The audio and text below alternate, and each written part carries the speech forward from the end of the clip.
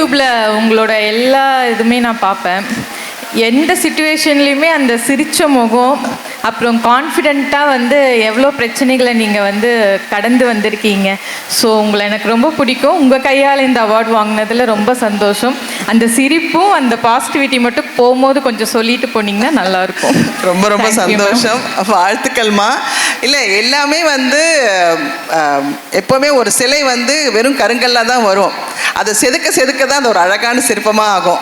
நான் நிறைய செதுக்கியிருக்காங்க என்ன, அதனால் நான் நல்ல சிற்பமாக ஆகிட்டேன், அவ்வளோதான் சொல்லுவேன்.